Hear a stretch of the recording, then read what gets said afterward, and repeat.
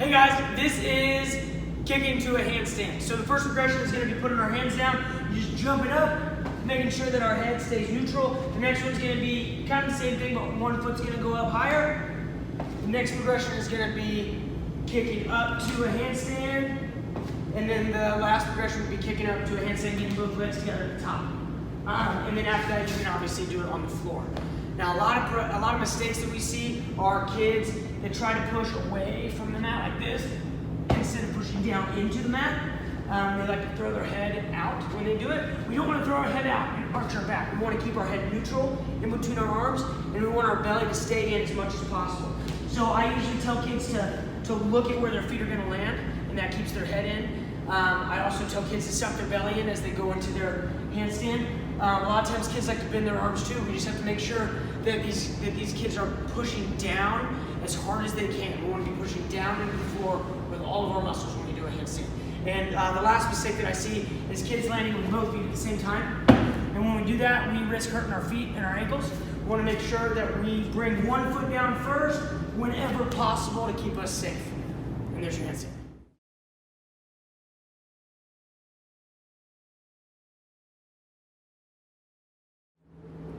Hey guys, this is Coach Mikey, and he's going to help us with the bridge. So the first progression of the bridge is going to be a tabletop. And he's going to make sure that he pushes with his whole hand, and he lifts his hips up as high as he can lift them. And that's going to be your tabletop. And after that, he's going to lay down, and we want to work on an arch hold. So we just want to feel what an arch feels like, because it's pretty uncomfortable first. It's an unfamiliar shape that they're not going to be used to. And then once we can do that, and they know that shape, then we're going to put our feet up on something higher. Doesn't have to be this high. It could be an 8-inch mat or a couple panel mats or whatever. But the focus of the bridge is that we're going to push and open our shoulders up.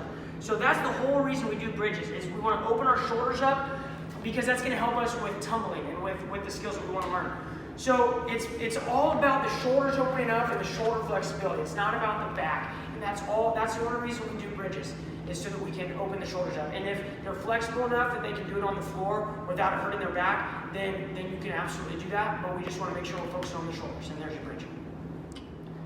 By the way, here are some mistakes that commonly happen when we do bridges. A lot of times kids like to keep their head on the ground. Obviously, we don't want to do that. We don't want to put our head on the ground and do a bridge. That's more of a wrestling thing. We got to make sure we push with our arms. A lot of times kids try to put their hands like this. We don't want our hands like this. We want our fingers to point towards our toes. Also, when we do the bridge, we have a lot of kids that don't really push down with their feet and down with their arms. They like only push with their arms. They only push with their feet. You got to push down with both feet and with both hands. And we have to make sure we don't want to be letting these kids bridge when they're too young. 3- and 4-year-olds should not be doing bridges. You should only let kids start doing elevated bridges when they show that they're strong enough, and not until they're 5 at least. And then once they're strong enough to hold themselves up and push through their shoulders and not put that strain on their back, and their shoulders aren't going to keep moving around when they're doing their bridge, then you can let them bridge. But you have to make sure that you allow their bodies to develop before you start throwing them into bridges.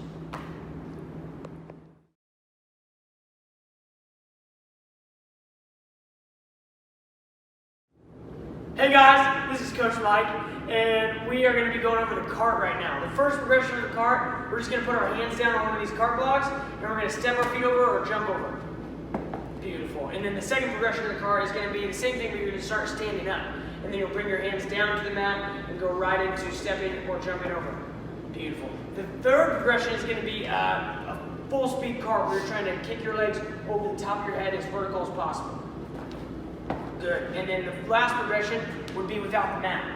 So he's going to do just a cart on the floor. And there's your cart. By the way, some of the common mistakes for a cart go as follows.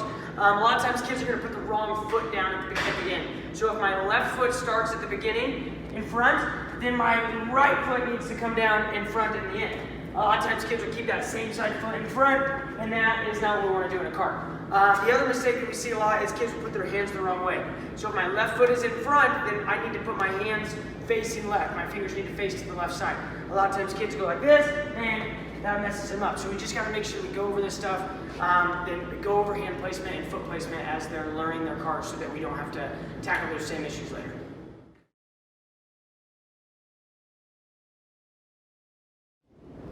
Hey guys, this is Coach Mikey, and he's going to help us do 3 regroup swings. Now, the first progression of the regroup swings are to just hang on the bar. You got to be strong enough to just hang on the bar. Beautiful.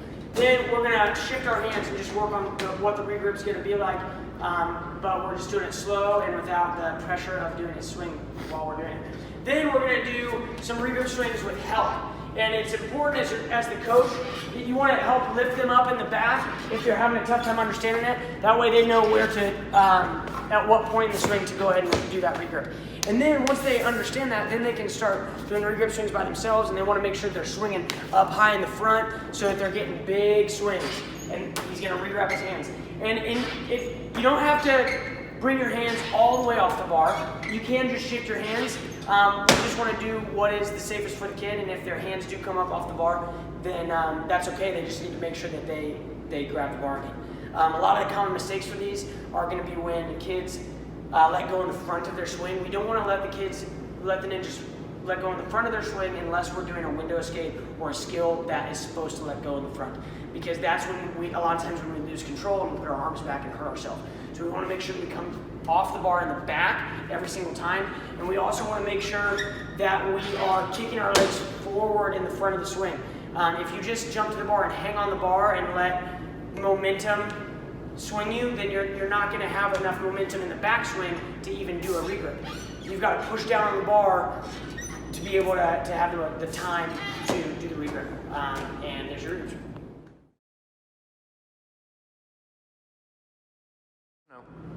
Hey guys, this is Coach Mikey, and we're going to do the window escape. So the first progression of the window escape is just going to be standing on an elevated mat, grabbing the bar, and coming down to your feet.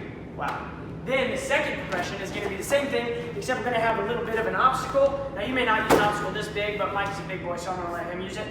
Same thing, you're just going to kick your feet over and land on the other side. After that, we're going to start doing the window escape. And with the window escape, you're going to jump into the window escape, into the skill. Beautiful. And then another way that you can do the window escape is by holding one foot behind you at the beginning and then kicking through your window escape. And there is your window escape. By the way, here are some mistakes for the window escape. A lot of times kids like to take an extra swing. They don't feel comfortable letting go in the front, so they take an extra swing. We want to cut that out. We want to make sure they do it on the first swing. Another mistake that we see is we see ninjas that let go too early, or they don't swing enough. And there's no escape part to it. It's just them grabbing the bar. That's more of a progression for the skill. We want them to move past that. And the other thing, they try and do this with straight arms all the way, and that really throws things off. You want to make sure that they're pulling themselves through the window that they're trying to escape from. And there's your window escape. Hey guys, this is Coach Mike, and this is the side kick. Don't get it confused with Robin. Okay, so when we do the side kick, it's basically just like a front kick. So we're going to start a fighting stance, we're going to bring our knee up, then we're going to pivot with our foot. So that's all we're going to do. We're going to bounce up onto our tiptoes, and we're going to pivot our body 90 degrees and kick straight this way. All right, so we have to make sure that whenever we do a front kick or a side kick or a back kick or whatever kick we're doing, that we're kicking at the same target. You're not going to like, hey, side kick me. That didn't work, right? We have to make sure that you're kicking at your target. So we're kicking this way with our front kick, we're kicking this way with our side kick, we're going to kick this way with our back kick. So when we do the side kick, it's just going to start the same way as the front kick. You're going to bring your knee up, you're going to pivot, and then you're going to push through your heel with your toes facing inward. The mistakes that we see are going to be kids not pivoting on their toes, and that's going to hurt. We got to make sure they pivot. We have kids that are not kicking the direction they're supposed to kick in, they're kicking to the side. And we also have kids that don't bring their knee up first. They just try and swing their leg up. And that's like aerobics. That's not really a kick. So you got to make sure they're bringing their knee up, bringing it in, compressing so it can spring out, and that is your side kick.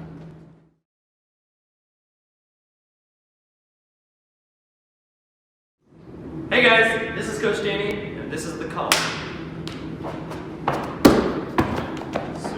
So, when we are first doing this Kong, your ninja should also have a cash vault down, because that is going to be one of our progressions later on. So when Danny does this Kong, he's going to start off with the monkey up, where he's going to place his hands on, jump up to the top of the object, land on top, jump down. Awesome. So then the next progression, he's going to be doing a Kong up, where he's going to actually be jumping to the object onto his hands and then placing his feet on top. Sweet. Now, before we get to the actual Kong, Danny's going to try to do a cache, just to see how the Kong's going to feel. Awesome. So now, we're going to do the Kong, and what we're going to do is we're going to put our hands on after we jump, make sure that our hips are high and that we are, leaning forward so that our backs aren't back and our feet aren't coming out.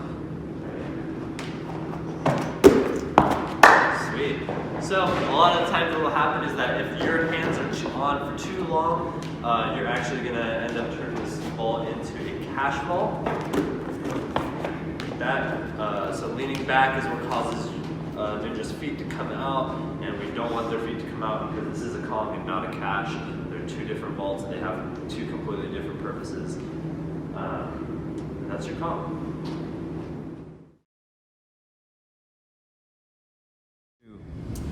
What's up, guys? This is Coach Danny, and today he's going to be helping us out with the precision jump.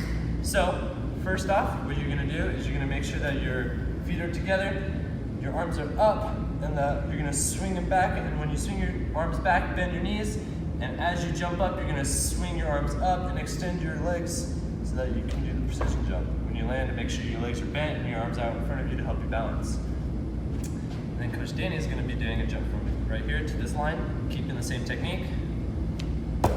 Landing with his legs bent so that he keeps his balance. And now he's going to be jumping from an elevated surface to a lower surface, making sure that his legs are bent, keeping his legs tucked in the air, and landing with his legs bent. Now he's going to be jumping from low to high. Make sure that you land on the balls of your feet. Right here, you're going to land on the forward half of your foot, not the back half. You don't want to land on your heels. That's your precision jump. By the way, guys, here are 3 common mistakes with the precision jump.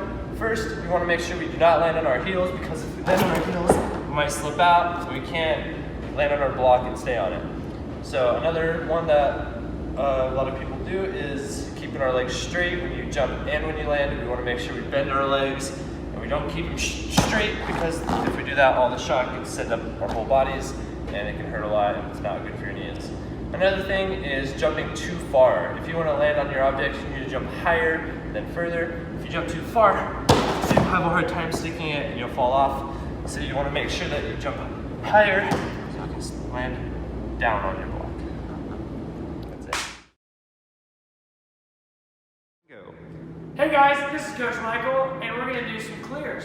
So the first progression of a clear is just running and hurdling over a very small obstacle. That's all a clear is. It's just a hurdle over an obstacle. It's not a vault. You're not going to vault. You're not going to do a safety vault over a pile of broken glass or over a sleeping lion. You're going to clear it. That's what a clear is. So then after they can go over a small obstacle, you're going to build it up a little bit. You can use foam blocks for this. You can use our cart blocks. I like the cart blocks because then you can put them up and make them taller, and then they're really easy to tip over. So if they clip them with their feet, they will fall over and they'll know that they didn't clear it. And that's really it for a clear, guys. We just want to make sure that we're going over and not into the obstacle. We have to make sure we get our feet up high enough that we don't hit it, because if we're doing this outside or doing this somewhere where this isn't an obstacle that will fall over so easily, then we can really hurt ourselves if we don't clear it. So we got to make sure that we're clearing it all the way.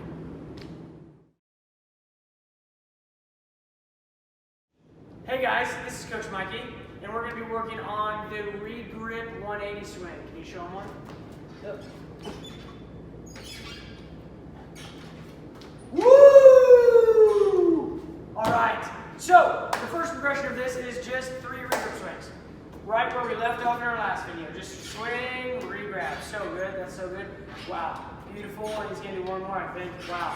Beautiful. So then after that, what we're going to be working on is we're just going to help them understand what their hands are going to do. So they can just walk underneath the bar, and they're going to switch one hand, and then they'll switch the other hand. All right? Then we'll do this with a spot, okay? So if he's going to twist to the left when he does this, then I'm going to stand on this side of him. Go ahead and do the swing, and I'm just going to help him to go up, turn around, and then he'll do his regrip swing. Now, the mistakes that we see a lot of times with these, The first one would be that they try and regrip while they're going forward instead of while they're going up. We have to make sure that their swing is going up when they do the regrip swing, otherwise they're going to fly away from the bar and they won't be able to catch the bar. And the other big mistake that we see is a lot of times kids will just grab with one hand instead of the other, and if that happens, then let them finish the swing and then make sure that they re-grab in the back of the next swing. Because we don't want to have them trying to re-grab that hand while they're swinging forward. If they do, by mistake, only grab with one hand, let them finish that swing and then re-grab in the back of the other swing. And that is your re-grip 180 swing.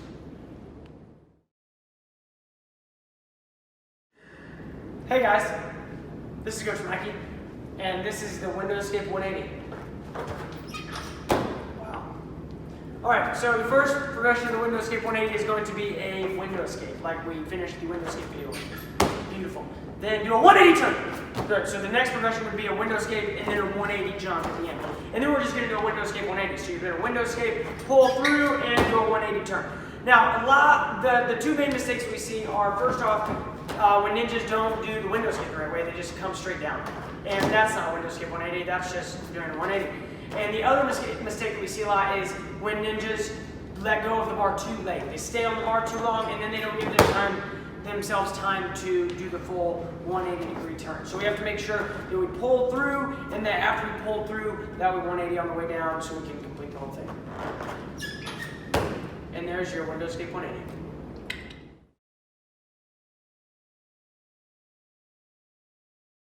Ready? Yep. Hey guys, this is Coach Mike, and this is the round kick cart 360 combo. Boom, boom, boom. Beautiful. Now, when we do this, now that we're Yellow Ninja, we are trying to make sure that these ninjas understand a couple things. They need to obviously be making sure they're kicking or going towards the same target the whole time. You can see that he round kicks this way. He's also carting that way, and when he 360 jumps, he's using his eyes to look that way. We're also making sure that we're spinning or twisting the same way the whole time. So he's spinning to the left in his round kick, he's spinning to the left in his cart, and he's spinning to the left in his 360 jump. That is pretty important stuff. So as you are helping your ninjas understand this, they're going to be confused about which direction they go.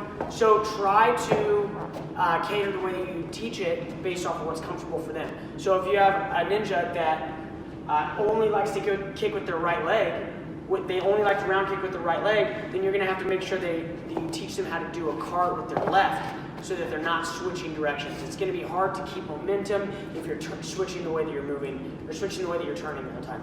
So if you have a ninja that round kicks with their right leg, then teach them how to do a left-handed cart or a left-footed cart. Because it's going to be pretty simple to teach them how to do an opposite side cart. Teaching them to do opposite side kicks can get a little trickier. So again, we want to make sure that they are connecting skill after skill after skill, and that they're rotating the same way each time, because as they do that, they're going to start to feel themselves gain a lot of momentum, and that's what's going to help us teach them how to do combos later. And there is your round kick cart 360 jump combo.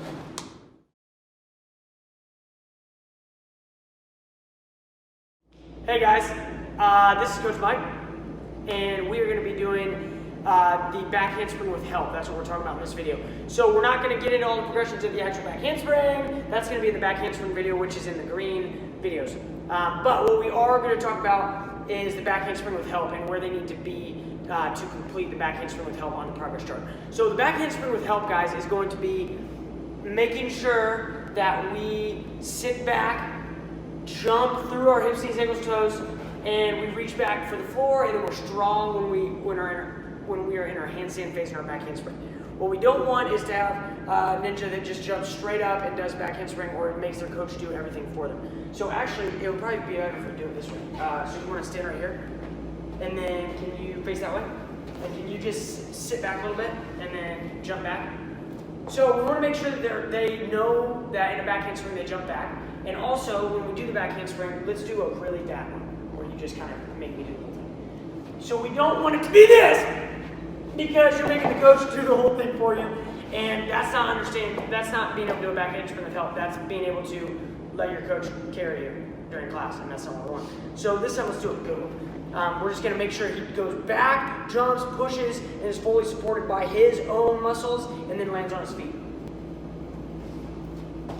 Good, so that's a back handspring with help. Maybe he can't do it by himself, but with my guiding hands, he can do it. And we also want to make sure that a lot of times kids kind of jump into their back handspring and they're bringing their feet around really fast like they're doing a backflip. And we want to make sure that that's not going on in this. We want to make sure that they're jumping and stretching their body and opening their hips up when they do the back handspring. And as long as they can perform the skill with assistance and you're not having to do the whole thing for them, then you can give them their pass for that skill and get on with teaching them the back handspring by themselves.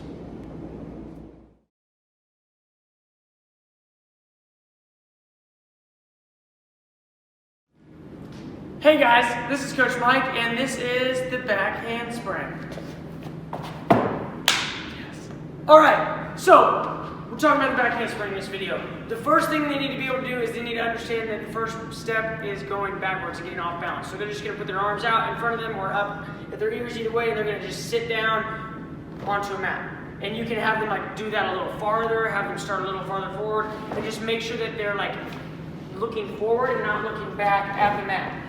Then after that, they're going to do a jump back onto their back. So he's going to jump really far, and when he does it, this time can you jump and reach your arms to your ears and try and stretch your arms all the way to the other side. Yes, that's beautiful. Now you're not going to want to use mats like this. These are really tough mats. You're probably going to want to use a couple 8-inch landing mats, or a big like a big vaulting resi mat. Or something that they can jump onto that's going to be soft. These are probably too hard for a kid to jump onto. We're just using these for the video. So once they understand to go back, then we are going to jump back into a handstand and then go to a push-up shape. And the only reason we're doing that is because we want to make sure that there's body tension throughout the back handspring. We want to make sure that their body is strong. And like, Mike, can you put your arms really quick and push into my hands? We want to have body tension like this through the whole back handspring. Because if he's relaxing when he does the back handspring, that's when he's going to get hurt and that's when he's going to fail the skill. So he's going to jump back to a handstand and then to a push-up shape.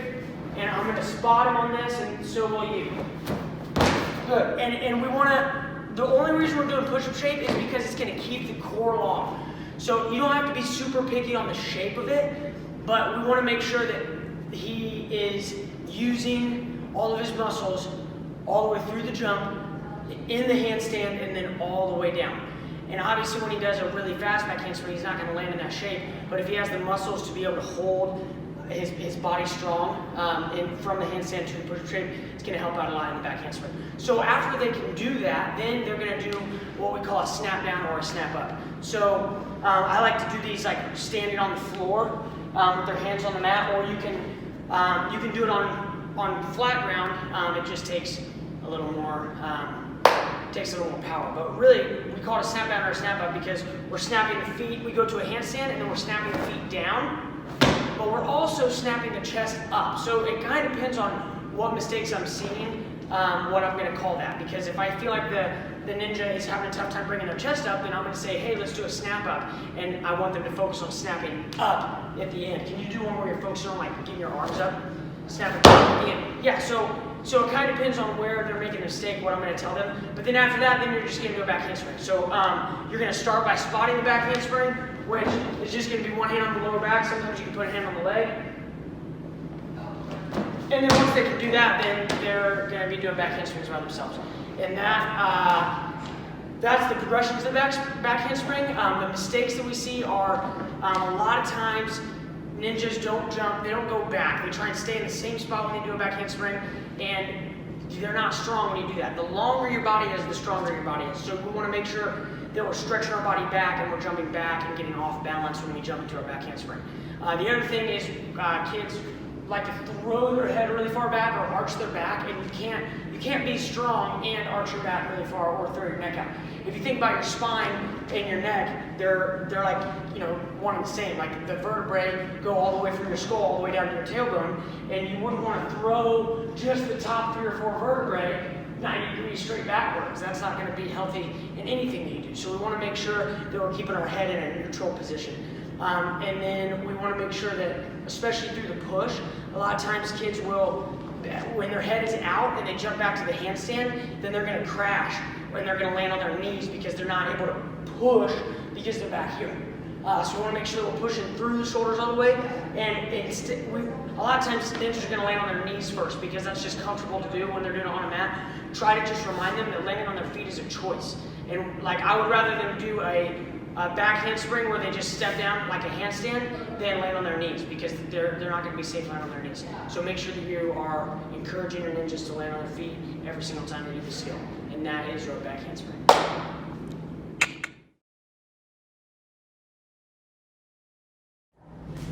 Hey guys, this is Coach Mike, and we're going to talk about the understanding of a back flip. So, the reason that it says understanding of a back flip on the progress chart is because we want to make sure that they understand the fundamentals of the flip before they move to green. They do not have to be able to do a back flip by themselves, and they do not have to be able to do a back flip completely with a spot every time they land on their feet. It's just we want them to understand that you jump up first and then you tuck and you pull your legs over your head with your abs and then you open back up and you land on your feet. We need them to understand the fundamentals of the flip and be able to do it without losing control every time. So what we're not looking for and what we see a lot of is a lot of times kids will, and you're gonna learn this stuff while you spot them on their back flip. So if I'm spotting Mike and he just throws his body back like in his head, obviously that's not what we want. And this time you're stand up. Can you try to like jump up and just completely relax, like once you jump up? So a lot of times kids jump up and then they're like making you do the whole thing for them. We don't want that. They're not getting a check mark of understanding of a backflip if they are doing that kind of thing. Also, you have kids that just they go limp in the air, or they throw their head really hard, or they're jumping back instead of up. We want to make sure that they're jumping up first and then flipping. Can you go ahead and do a good one? So you're going to feel it when you spot them. You're going to feel that they're jumping up and then they're flipping. And like I said, they might not even land on their feet every time. Maybe you're on a mat and they're landing on their hands and knees, but at least they're understanding that you jump up first. You're going to feel that when you spot them. And the other thing we want to look for is their head. A lot of times kids are going to throw their head right away. And what I tell kids is to look at a spot on the wall. Can you try and look at a spot on the wall this time as you go up? All right. So his head's going to stay in because he's looking at that spot on the wall. And he exaggerated it on that one. That was awesome. So he kept his head in as long as he could, and then he flipped. And that's what we want to make sure that we're trying to get these kids to do, because we want them to understand the flip before we put them in the green. And that's okay if it takes a while, but we need to make sure they understand this stuff. And doing backward rolls is going to really help them with that. If they're just doing backward rolls on the floor and you explain to them that it's a jump as high as you can and then it's a backward roll in the air, that will help them get the understanding of their back flip also.